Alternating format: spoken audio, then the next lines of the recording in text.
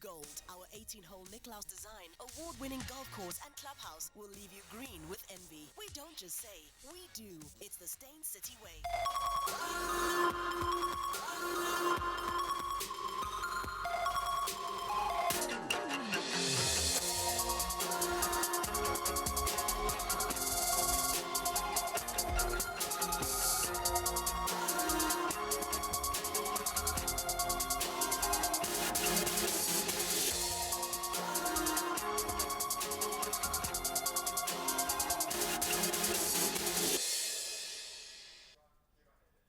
Hi and welcome to Real Talk with me, Anele. There's not been a dry eye here on the Real Talk team ever since the news of the passing of Palati. To her mother, Belon, our sincerest condolences. Dami lived her life by the motto Carpe Diem and was due to join us on Real Talk next week, Tuesday. In 2009, she was diagnosed with progeria, a rare genetic condition that causes a person to age exceedingly faster than their real age. Doctors said that she wouldn't survive past her 13th birthday, but by the grace of God, Dami made it to her 18th birthday and famously ticked another wish off her bucket list when she personally received flowers and cake from the president himself on her birthday. Dami lived her life knowing she could die at any moment, but embraced every opportunity to inspire and educate and to dream big as if she would live forever. Palati, Dami, First Lady, forever in our hearts. Thank you for teaching us to embrace and love life no matter the odds, and to see outside of our own struggles, and to do our part to change the world for the better. Here's a brief reminder of this incredible young lady and the legacy she leaves behind. My name is Palati, and I'm 17 years old, turning 18 in 2 days' time. I am really honored to be here today. He's a lovely person and is easy to communicate with, and he's down to earth. And may God bless him and give him knowledge. Happy birthday, dear Toronto. Happy birthday to you. Hooray! She's absolutely a wonderful lady. I'm honored to meet the president, and we had a lovely talk, chat, a private one. And, and I'm really happy about all the things that we discussed.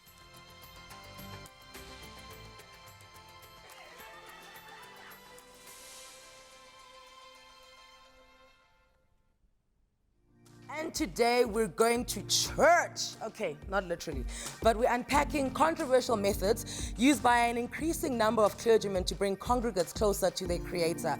People have been encouraged to drink rat poison, petrol, engine oil, disinfectant, to eat grass and snakes, and the list just keeps getting longer. I'd like to mention that Real Talk did extend an invite to those pastors who have advocated using rat and snake poison and engine oil in the grass and all the sorts. We asked them to come into the show to discuss their methods, but unfortunately they declined to appear on TV. With me in studio this afternoon are the CEO of the CRL Commission, Mr. Edward Mafata, clinical psychologist, Ms. Khosi Jiyane, and Pastor Ndaba Mazabane from the Rosebank Union Church to help us better understand what is really going on. We're asking what's the stance of the CRL Commission, and are there psychological reasons behind all these happenings that have been taking place? And obviously you've been debating them at your dinner table, at your braais. You all have your own conclusions. Do they work? Do they not? And I know that there've even been criminal investigations. So we thought, let's unpack this. Guys, good afternoon and welcome to Real Talk. Good afternoon. Mr. Edward Mafata, I'm going to start with you. Constitutionally, what are the rights of a church? What freedom do they have? In terms of the Constitution of the Republic, the churches are having the freedom of worship. Mm-hmm. There's a freedom of religion embraced in the Constitution of the Republic of South Africa. So there's no compromise with when it comes to that. Everybody is supposed to worship freely, go to a church of his own choice, practice his own religion, be it Christianity, African, Muslim, Jewish, and so on and so forth. So our constitution covers that, and everyone is actually included in terms of religion. So up until now, when it comes to the freedom, I'm stressing the freedom part because freedom really means you can do anything. It's like the discussion we have around freedom of speech. Yeah. When are we crossing the line of it being harmful? Up until now, have there been any rules around the freedom of how people can practice their religion? Perhaps I should also say that in terms of the Constitution, every right has a limitation. Once a right is violating the next person's right, that then creates a problem for everyone. So I think that's where we are now beginning to border, the rights of others when certain issues are happening and so on and so forth. Whether you are willing or you are not willing, the Constitution, the state, and the religion itself has a responsibility to protect the rights of the people. Okay, congregants. Pastor, I'm going to come to you. You just said something about, the right to your religion. In the last few years, we have seen a lot of churches just like, springing out of nowhere and, start small and, they get a following. Why do you think that, there's just been a rise of churches in South Africa? Well, Anele, I think it is because of the fact that in South Africa we are, I often say, incurably religious. We live in a society that is really bent to religion, whatever form it is. I think our spirituality, again, manifests itself when people are needing to associate themselves with some form of religious activity. And so I would say also there's a hunger in us. I think God has made us with some kind of a vacuum in us, and if it's not filled by any other thing, people then gravitate to almost everything, even out of the bounds of what we may call reasonable Christianity, for that matter. So there is a hunger, there is that appeal in us that seeks to gravitate to something that is, above and supernatural for that matter. Reasonable Christianity, I'm going to note that and come back to you because we can unpack that one. Khosi, I want to bring you into the discussion now. Why do you believe that, we're constantly looking for a higher power outside of ourselves? What is it about us that needs some sort of, verification, certification, validation?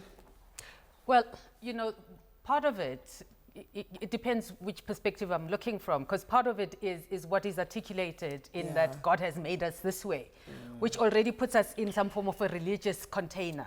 It's already, so there could be an argument for that also being part of the problem, that there's that belief to start with. But secondly, I just think just on a human level, I think that human beings have this insatiable curiosity. And whether that curiosity is there by nature, or then we define nature as being there by virtue of God, there's another conversation, level of the conversation. But I mean, just imagine us being thrust into this space. And it is kind of inevitable that we were going to wonder, how did we get here? What does this all mean? I still am fascinated now and again, and allow myself to be fascinated now and again by the sun. Just not take it for granted, but just like allow yourself to wonder and look at this thing that's just standing there. And suddenly at some point it's going to disappear, but it comes up. Just all of those things, just that mystery, being mystified by it, and then kind of sitting with that insatiable hunger for why? How did this come about? Because so we go there. The truth of the matter is, if we could go to the sun, we probably would, to find out what it is and what's going on there. So then what is stopping us from drinking these things and eating these things to find out, will it work? Will it bring me closer to God? Will it solve my problems? Okay. So the question becomes, so where is the line? I mean, he's talking about, what did he say, that nice expression, reasonable Christianity. That's the one. Now, Mr. Mafadza, following reasonable Christianity, do you find that with the cases that come to you guys, and you guys are kind of the watchdog, you're the body to make sure that everything is above board, when it comes to religion, do you find that the cases that are being presented in front of you, that South Africans are just becoming overzealous with their being over-religious? Yeah, when we look at it, yes, we do think that way. Because, when we begin to see some of the cases where people, they don't allow people to go to school, for instance, until they are 21 years and not doing anything, because the school is the devil's place. They don't have to work. They just are born and, they grow just to sit and wait and have the hope of, the second coming. So that creates a bit of a challenge to all of us, and we begin to realize that perhaps that's where they are there are some challenges.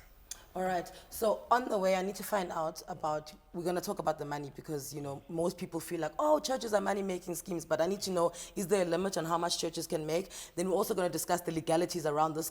Can we press charges against churches when we find that they are crossing, what was that term of yours? The lines of reasonable Christianity. Stay right there because this will be back and it's going to unravel a whole lot more.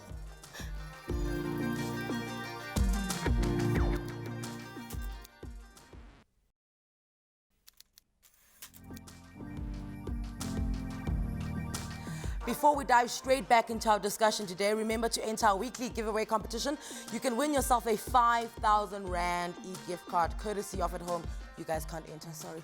Now, if you just joined us, we're trying to decipher exactly what is going on within the religious realms right here in South Africa. Now, I'm going to start with you, Pastor. Why is it so easy for us to start churches? I always tease this, Rebecca. I'm like, why don't you start a church?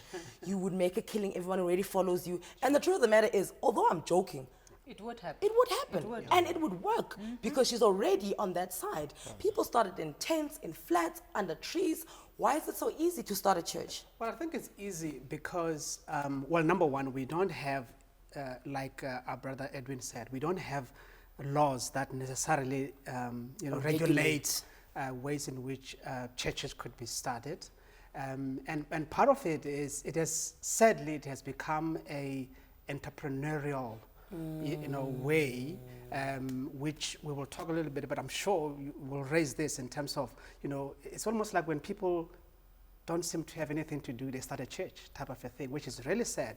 And we could almost say that every weekend the church is started. Yes. And you don't need a big facility to do that. You just need a classroom. Yeah. And sometimes you just need a charismatic person. Yeah, a tree or something like that. So we should say, however, that does not necessarily mean it is wrong to do that. Okay, so, the question would be, what kind of church is that? So I think that's this easy way, and what we see in our country sadly has led to the plethora of churches that are out there, and which are sadly out of control in terms of the practices and things like that. I think the two commodities that are peddled or sold, bought and sold in church are, number one, hope. Number two, fear.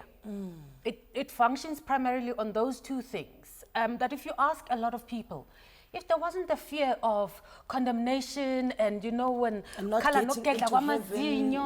day when all things will happen and so on, would you still be going to church? A lot of people, no. It's an insurance policy of in case. Some of them don't believe, but just in case I may be wrong, what if that day does come?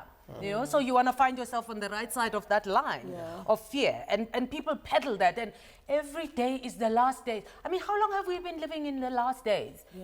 Ever since, it's always been, and I mean, it's a fact. Every day is the last day. No day is ever repeated, but that suddenly gets peddled as though it's some mystery when it's just a simple thing, that every day is the last day. How close are we flirting with the C word then, cult?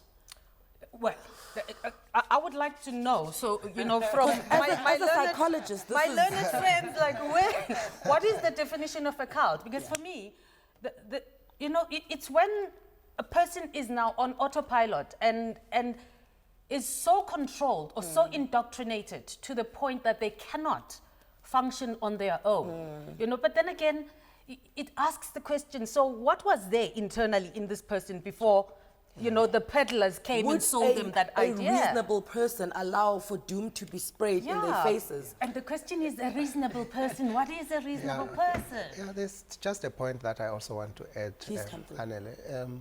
You see, after 1994, everyone wanted a better life. I'm trying to address the question of why so many churches. So, a hope of living better. And when it was not coming in other areas, people saw an opportunity and started churches for a better life.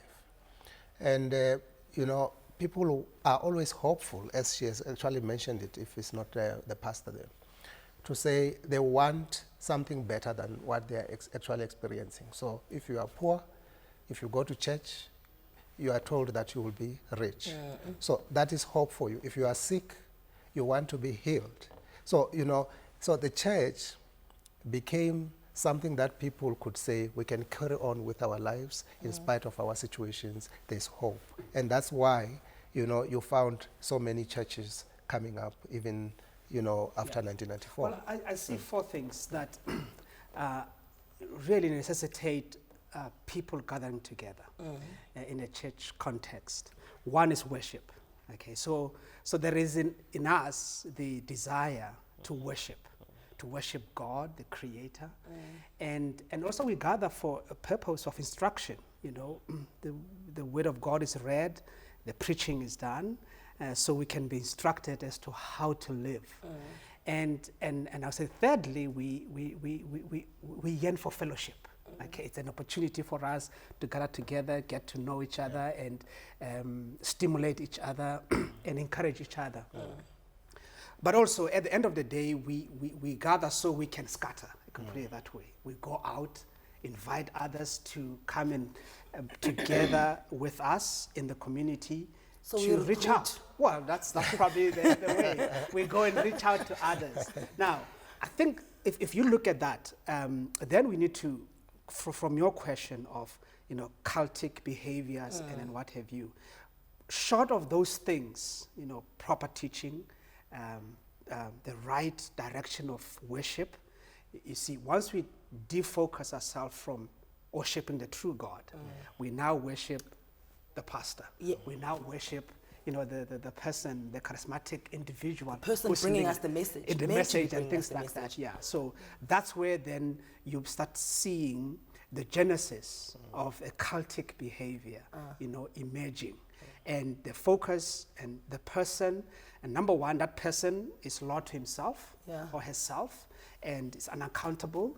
There are no structures around him. He cannot be challenged. When you speak about structures, okay, I'm going to now equate this to another something in the world that's got a lot of following, and I apologize if I'm offending you as a Christian, but let's look at soccer, right, which is governed by FIFA.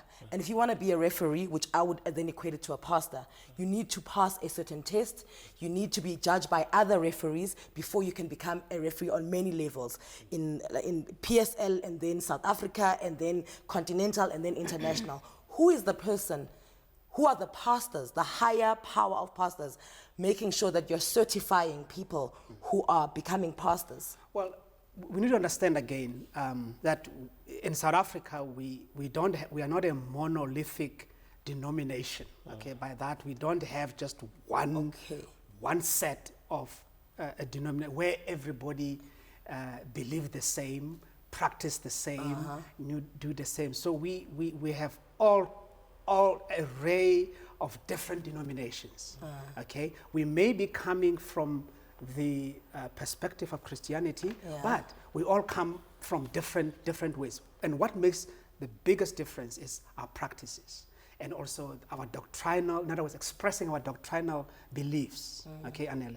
So we as a result of that, it makes it very difficult to say there is one way of doing it. So in one sentence, there are too many of us to be governed. There are too many of us, and each church would then have to do it in accordance to how they believe and practice their own constitution. Now, we have mainline or denominations such as your Methodist churches, your Anglican churches, your Lutheran churches, and if you look at them and bulk them together, you'll find that there's a certain way of how they train their ministers, how they ordain their ministers, in other words, licensing them to do all of those things. So that is just one way. But the Methodist church might be different to the Baptist church or the full gospel church and the like. So that makes it the biggest challenge. As to how do just you quickly, 1 minute left. You want to say something, come through? Yeah, I want to say, you know, one of the challenges in terms of the parallel that you've drawn with soccer is that one of the most difficult things to ever regulate is a belief.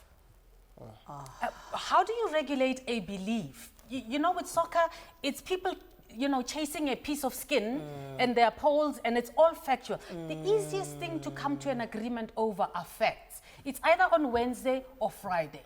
We can prove and work it out, and this beliefs are just, they fall in between the cracks of everything, because how do you regulate my belief?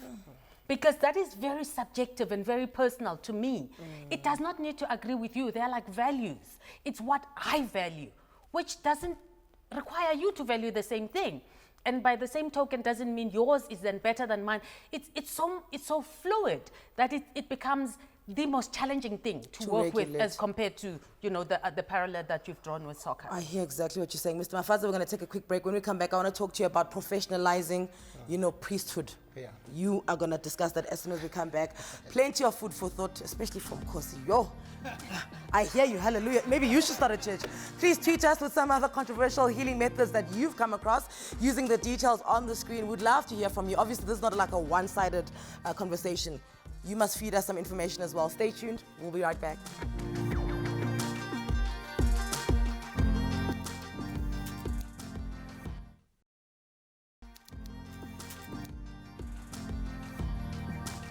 And welcome to Real Talk with me, Anele. We are getting right back into our discussion about the church phenomena that has gripped South Africans. Our guest today, Pastor Mazabane, Psychologist Khosi Jiyane, and from the CRL Commission, Mr. Edward Mafadza.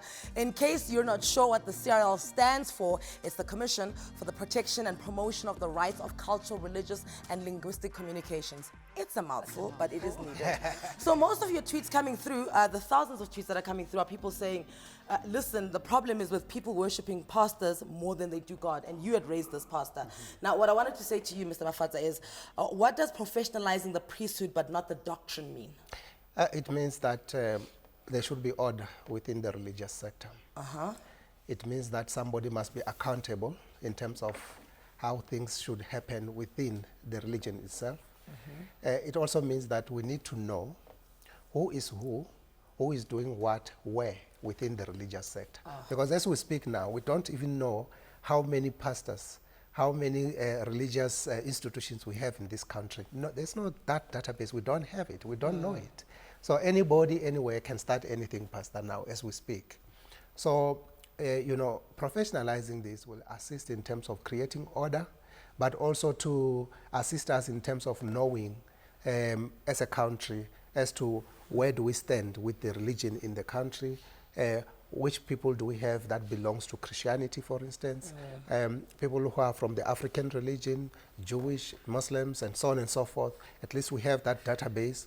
But also, when things are not going on well, we will be able to know who to talk to in order to resolve what we are seeing. As we speak now, for instance, with things that are happening within the religious sector, there's no one accountable to assist us to resolve the challenges that we see. Hence, the state and the religion itself has a responsibility to make sure that there's order. Are there laws? Yes. Because, I mean, he's touched on this, that, I mean, it's so, and you as well, it's so difficult to regulate a belief. But are there laws that can some way, you know, start a process where, you know, this can end? Well, depending on what you are doing, but with serious limitations in terms of, you know, how the legislation that we have currently can assist us to intervene within the religious sector. Hence, us as the Commission, we are even proposing a model that will actually assist us to manage, to assist the religious sector to manage their own affairs. We do not want the state to intervene into these issues, but we want to propose a self-regulation where there is a legislation that governs our Commission, because we are a constitutional body, wherein we are saying we need to amend this, you know, Act 19 of 2002 to assist us address some of the challenges that the religious sector is actually experiencing now, so that we, through our Act, we have a responsibility to support the religious sector to manage its own affairs without the state intervention. So that's what we are talking about when we refer to professionalism. I see you want to jump in? Well, I do want to jump in, and Mr. Mafadza will be aware that there has been those discussions, particularly with the model that the Commission is suggesting and advancing. And obviously, some of us are against, in a sense, if I could put it that way. There's been a lot of discussions, and I know we're not going to discuss that now, but the fear for us is to make sure that there's the separation between religion and state is intact. And I realize that the word that the Commission is using is not to regulate doctrine, but to professionalize at least the profession that well, the ministerial profession for that matter. And there are discussions, obviously, and we look forward to interact further on this one.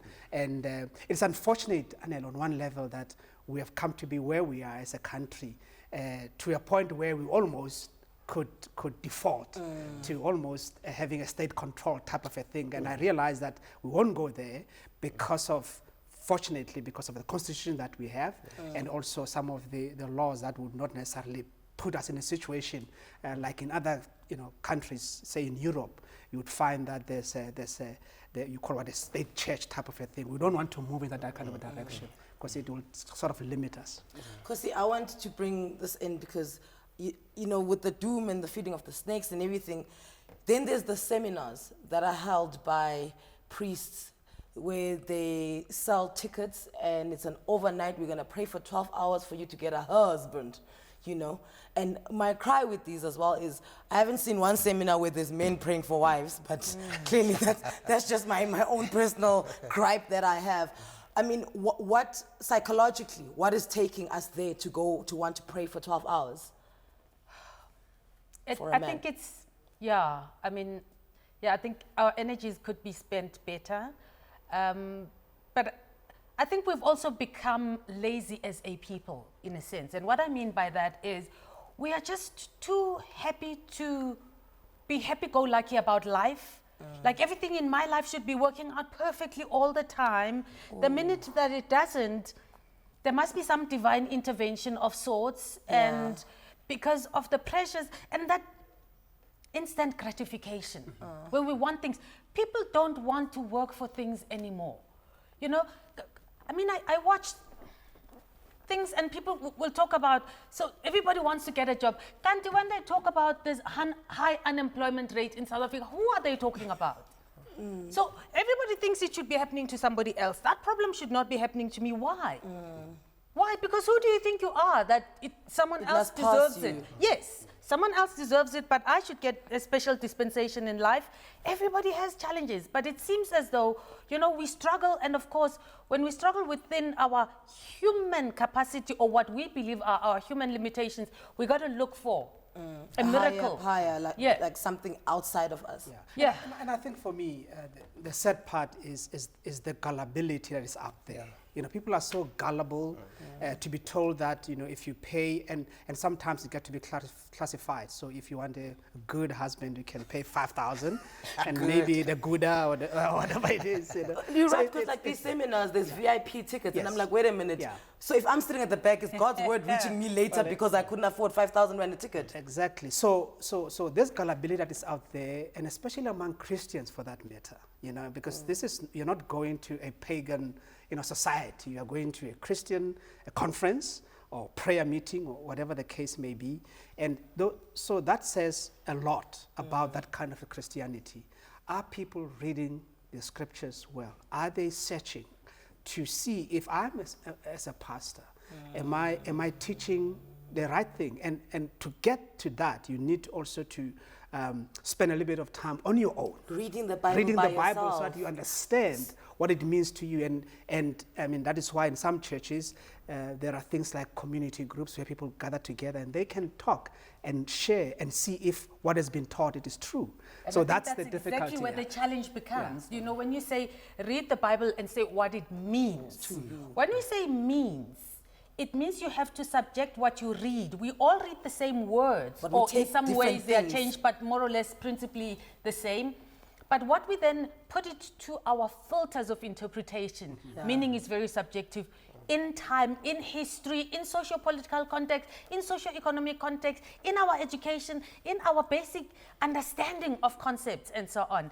And in the time of our lives and our level of understanding as we grow as human beings, are exposed to more things in life. So that becomes exactly at the center of the challenge, because all of them, if they were sitting here with us, all of them would argue that they have the right interpretation. Everybody reads the same thing, but we, and everybody is the anointed one. are more anointed than another. Speaking of anointed, Mr. Regulator, I'm going to come back to you. We're going to go to a quick ad break. Mr. Regulator, the popo of churches. Once upon a time, oils were used in churches, and I mean, we accepted those because they were holy oils. So why are we now having issues with, say, eating grass and snakes and spraying doom when we allowed the oils inside the church? We're going to discuss that after the break. We'd love to hear from you as well. Like I said, this is not one-sided. I don't want you to think that we're out here, you know, we're clamping on your religion or your beliefs. We want to hear what your beliefs are. At Real Talk on 3, tweet us. Stay glued. SABC3 will be right back. Tweet us.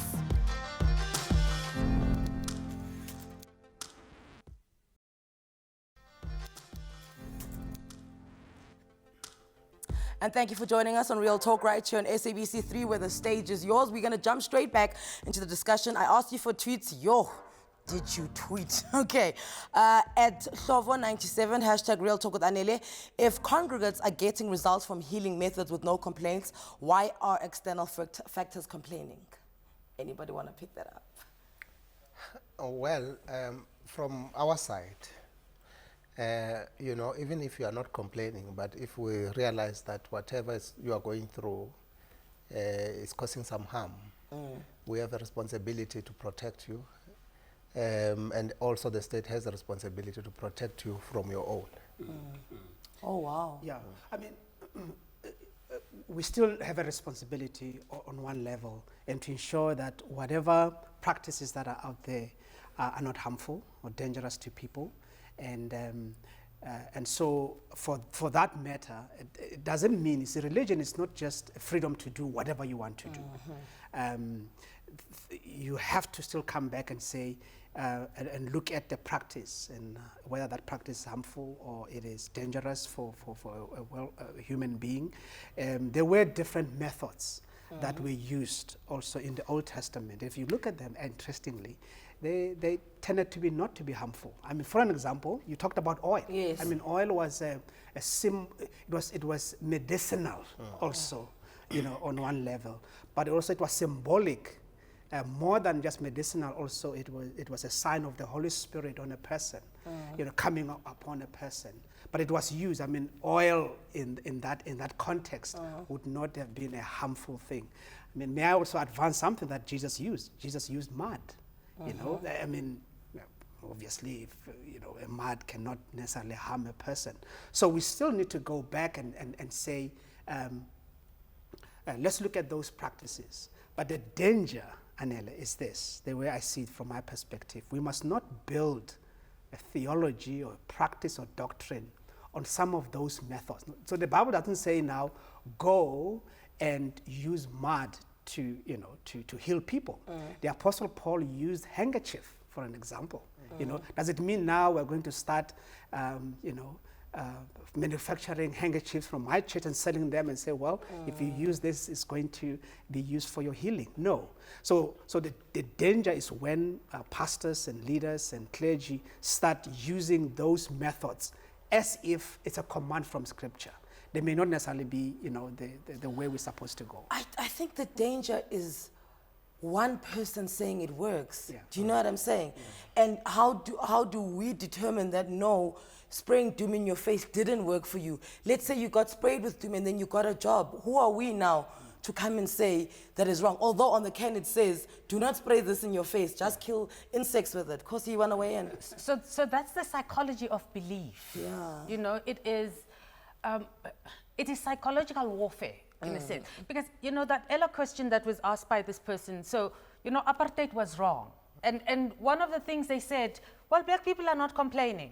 You know, so does it justify that it makes it right? Certainly by no means. And if a person doesn't complain, doesn't mean something is right. But importantly, it is, you know, when we start living, it's that external locus of control in that people are starting to look for things out there to make things work for them.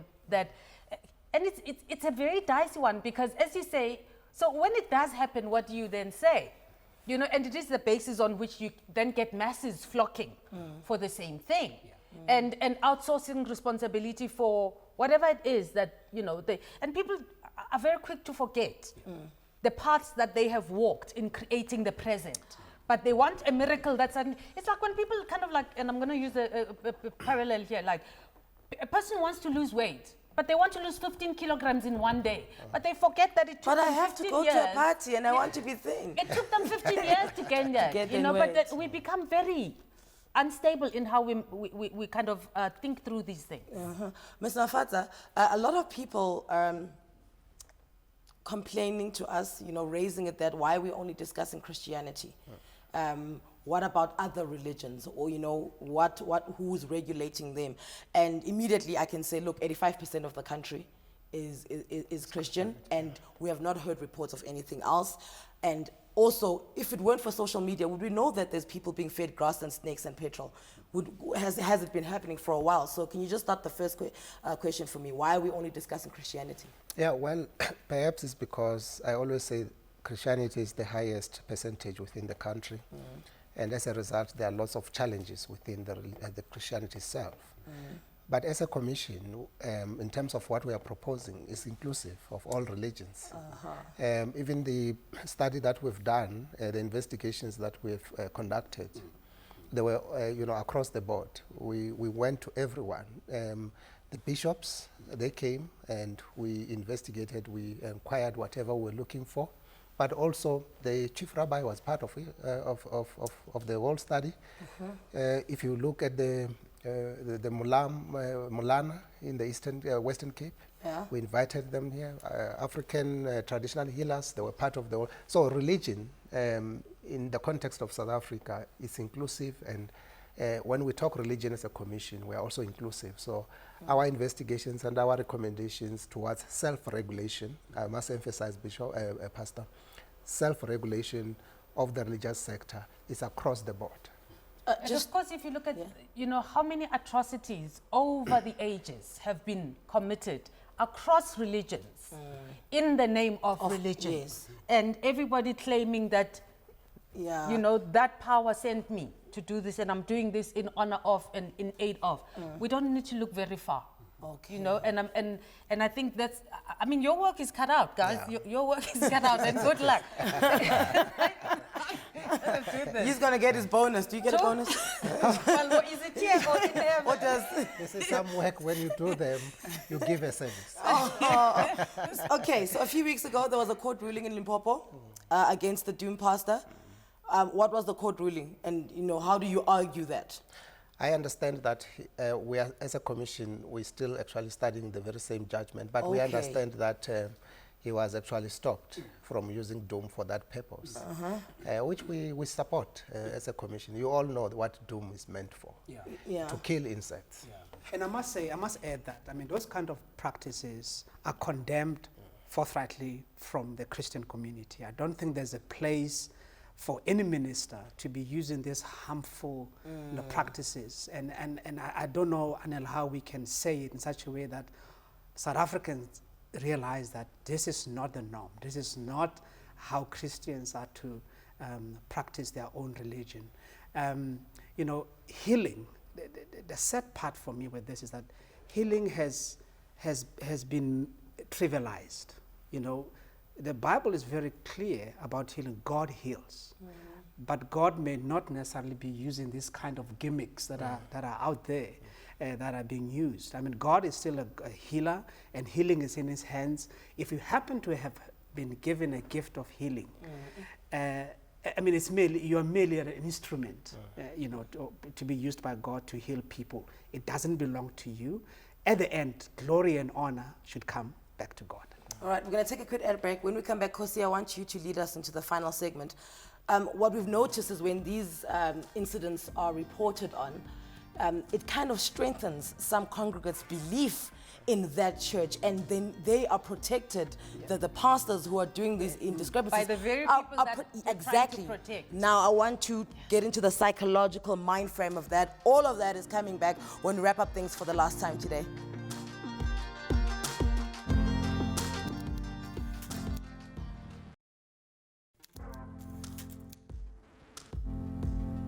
and welcome back. If you've just tuned in, you've missed quite a lot, but don't despair because the final piece of the pie is still to unfold on this topic, the prophets of doom. That's what we're calling them, and of course other things. Before I went for an ad break, I threw a question to Khosi and I asked you, when these incidents happen, you know, drink the petrol, eat the grass, a car is driven over you. At some points, pastors touching people in their nether regions, you find that the congregation, they strengthen and they protect their leader and their pastor even more. What is the psychological, you know, workings of that? From an outsider, I just need to understand. If I had an answer to that, I'm going to start a church. As soon as I have an answer, I'm going to start a church. But you know, the funny thing is that a parallel thing happens. So for example, I worked for an NGO in KZN in the private game reserve. When a Pinda game reserve, for example, a tourist was eaten by a lion.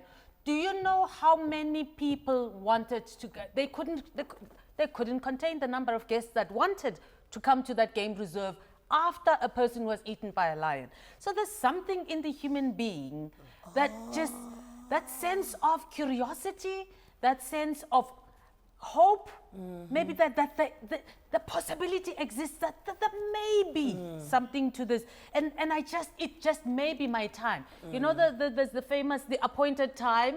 So you never know when your appointed time is going to be, and it may just be your turn, because if it happened to somebody else, just maybe it may happen to you. And so people kind of never want to be out of reach of the, you know, the miracle. Yeah, the manna that just might fall on your head. And I guess it doesn't help that, you know, it makes papers and it's splashed across, you know, TV and across social media, and then the celebrity kicks in. Of course. Because now, you know, the world is talking about your pastor. Yeah. The most irritating for me is these WhatsApp messages where they say, send this to, or God will what. It's like now God operates on WhatsApp. Like, why was God before there was WhatsApp? But it just continues with the sign of the time. I'm going to come to you. Mr. Mafadza, someone from your organization was receiving death threats. Yeah, the chairperson. How were these death threats reaching you? Via WhatsApp? No, the people just walked into the building and literally say they want to meet with the chairperson, and when the security tried to protect, said, but you know, she must be careful. Okay.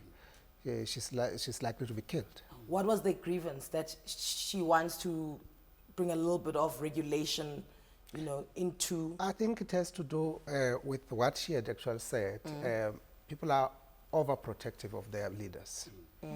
You touch them, you have touched the whole masses of and the I'm followers. sure they are convinced they come in the name of God, Yes. as they all do. Yes, so whatever the leader says, they believe, and nothing else, you know, that is said by somebody else, you know, will work for them. Yeah. As long as this one says, if it says, jump into the sea now, all of you, you will not drown. They jump. But interestingly, he doesn't jump. He doesn't jump. Pastor? I do want to add something on what my colleagues have said. I think for me the thing is we need to realize again the power of deception. You know, when people are deceived and you know, they go to this extent where they are so blinded. And part of it, as we go back to what we said earlier on, that, you know, you don't read scripture properly, you don't understand, and therefore you find yourself having to protect even that which is not protectable, you know, for that matter.